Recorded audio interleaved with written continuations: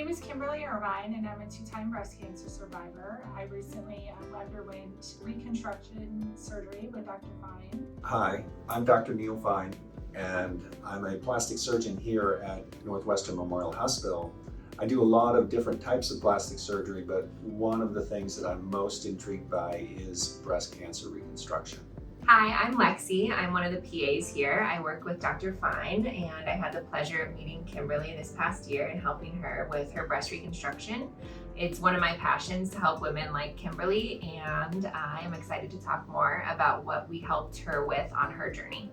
So I know a lot of our patients will be really concerned about recovery and what to expect, and it is sometimes hard to tell people exactly what to expect because everyone will have a different experience from this surgery and really every surgery. So would you mind touching a little bit on your personal experience with how the surgery went and your recovery and how you would gauge, how you recovered and things for other patients to know? Yeah, no, I think that's a great point. I think initially I certainly had the fear and the anxiety associated with pain, and what recovery would be like in terms of what kind of support system I would need at home when I was going through it.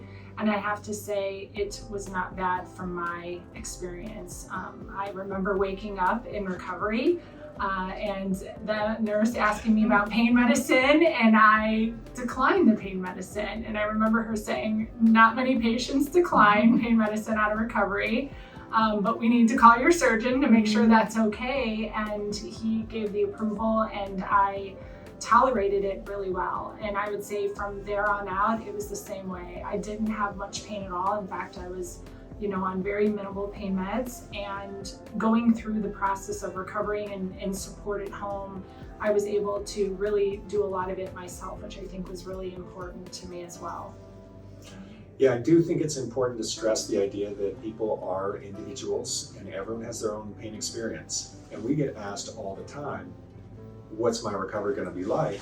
What's my pain experience going to be?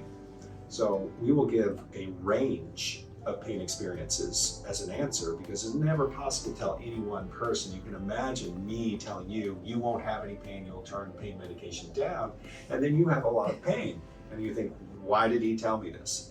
But I also have patients tell me, if I say you're going to have a more painful experience and then they don't, then they tell me, you made me needlessly worry because you told me I was going to have this pain and I didn't.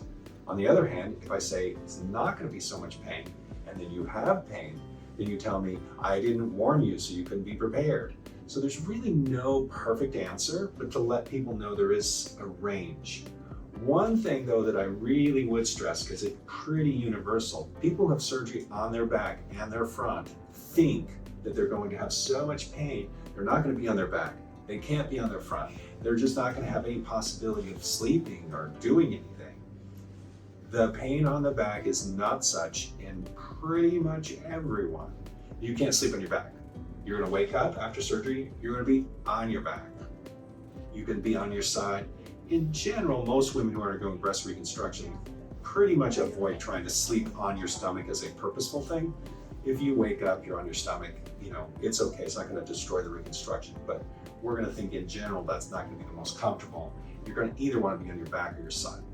But it's absolutely going to be okay with this surgery where we are moving the tissue from the back to the front. You will be able to sleep on your back. The pain is usually not overwhelming. It's not as painful as surgery on the abdomen. The surgery on the abdomen is typically much more painful than the surgery on the back. It would be more common for women to take pain medication for a few days, a week. It's not common to take pain medication beyond narcotic pain medication or prescription pain medication beyond a week. That would be uncommon. But your experience was more favorable than most, but that's okay. But the idea of, I woke up, I was laying on my back and I was feeling okay, that's pretty common. You would expect that. Whereas not everybody realizes that. They're thinking, hey, I had surgery on my back, I'm not going to be laying on my back. That's not true. Yeah, and I would say for me, I was comfortable on my back. I slept on my back. As I started to recover, I was able to move on my side. And now I'm fully recovered and I sleep on my stomach, which is great. Yeah. I think that's another misconception. People will think once they have breast reconstruction, they should never sleep on their stomach, which isn't true. And also moving your arms. So even soon after recovery, we want you to be moving full range of motion of your arms. So I think that's another thing that's a common misconception. Many women think they shouldn't move, but it is good to keep moving. And I think that's another myth that some women think, oh gosh, I'm going to go through the surgery and I'm not going to have that full range of motion back, or is that going to be a deficit, or how is it going to impact when I exercise and kind of go back to what my normal life is. And I can say from my experience, I've not had any of those issues at all. Yeah, I think that's a good point as well with the tissue from the back that involves the latissimus muscle. Latissimus muscle is the muscle we use to do pull-ups. Most people are not doing that many pull-ups.